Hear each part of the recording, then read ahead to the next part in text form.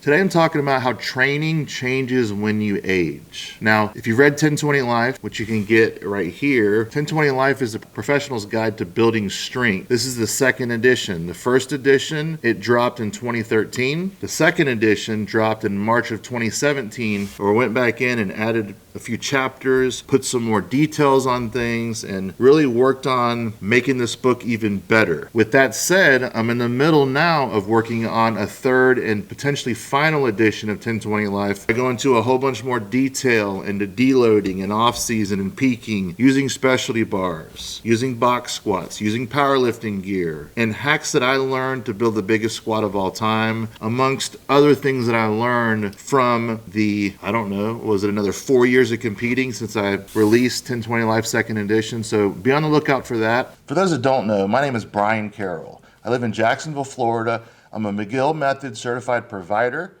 having powerlifted for over 21 years and ending on a high note of being the first person to squat over 1,300 pounds. I now work with people all over the world from both a virtual standpoint and in person here in Jacksonville, Florida, with injury, resilience, and performance enhancement. I'm not giving you medical advice. For more information, go to poweractstrength.com. Thank you so much. Enjoy this video. How training changes as you age. One of the themes in 1020 Life is about longevity, training for the long term. You've probably heard me talk about training age versus biological age. What do I mean by training age? What do I mean by biological age? I'm glad you asked what biological age means. That's literally your birth date and then subtract this year from now and go to your birthday, and that will give you your biological age. Jokes aside, biological age is how long you've been on Earth, okay? Easy. But what is training age? In theory, you could have someone that's 50 years old from a biological standpoint that has a training age of a 25-year-old. They just started training a couple years ago. They don't have a bunch of trauma to their body. Their knees are in good shape. Their shoulders are in good shape, if you can imagine that. Their back and hips might even be in good shape because they didn't grow up playing sports and they didn't beat the living shit out of themselves playing high school football and college football, maybe arena football. That's a common theme that I see. A lot of these guys that grew up playing sports are really beat up in their 30s, 40s, and 50s, and then it really comes on in their 60s with knee replacement and hip replacement. With that said, I know plenty of 50-year-old men right now that just got serious about strength training and they love it and they don't have any dings. They're not beat up and they can train like a 20-year-old. Now, does that mean they can recover just as fast? No, but their training age is significantly less than, let's say, a 50-year-old that started training in high school and has been training for 35 years or so. This guy's been training for 5 or 10 years or even less than that. He has a lot less miles on his body from years of pounding the iron. As you get older with your training age and your biological age, again, there's going to be some variance with that. There's some people that are freaks, absolute freaks. Don't go by the person who's 65 years old, has no joint pain, like a David Ricks or some freak like that. The other guy in the IPF that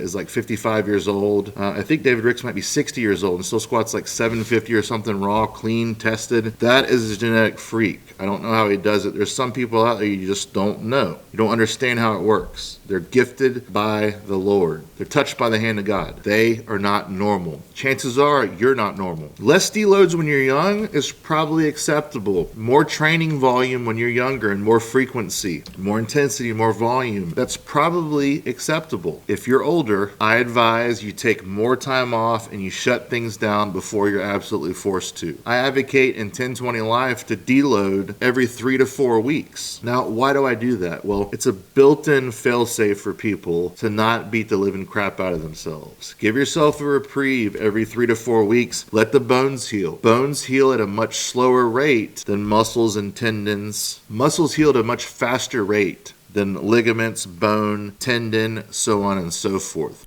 Looking for the answer to your sleepless nights, sore muscles, and better overall well-being? If so, PowerAct Strength CBD has you covered. All of our products are made of CBD isolate and have 0% THC, meaning there are no worries of failing a drug test or the worry of feeling high. With PowerAct Strength CBD, we offer a wide range of products and payment options to ensure you have the option that best fits your needs. Don't just take it from me. All of our reviews and client testimonials on our site speak for themselves. You can even get 20% off your order by using code YT1306 at checkout. Go to powerxstrengthcbd.com to order now so you can get back to sleeping, recovering, lifting, feeling, and being better.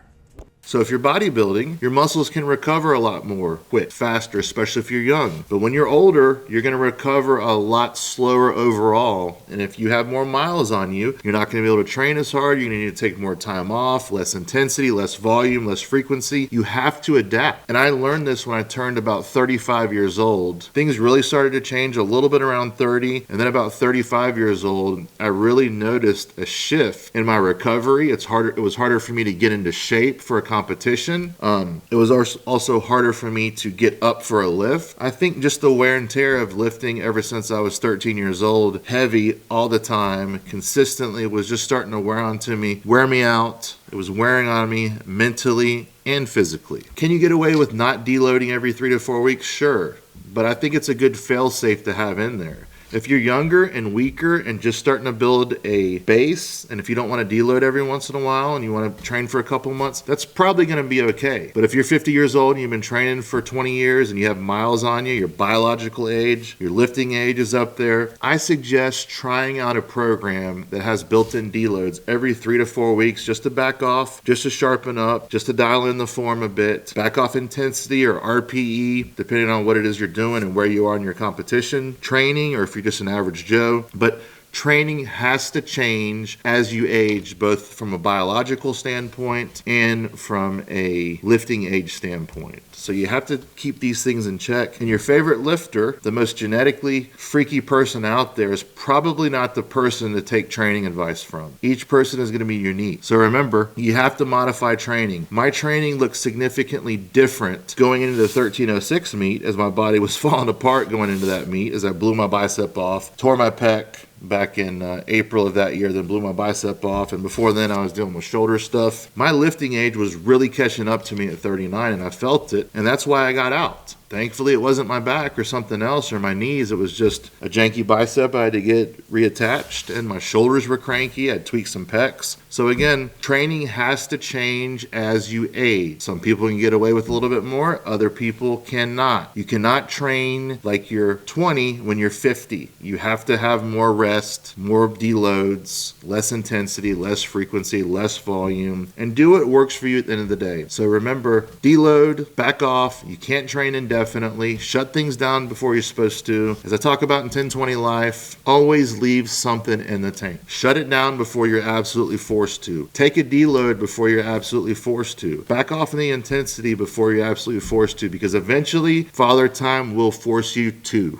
Hope you enjoyed today's video. Remember, like, subscribe, share, click the notifications because we drop videos twice a week. We also have a live stream every Friday where I answer your questions. Click below to see the latest video that we uploaded. Also, for our products, our CBD, our books that correspond with these videos, it's down in the description. For more information about all things Brian Carroll and PowerX Strength, go to powerxstrength.com. You could book a consult both virtually and in person with me.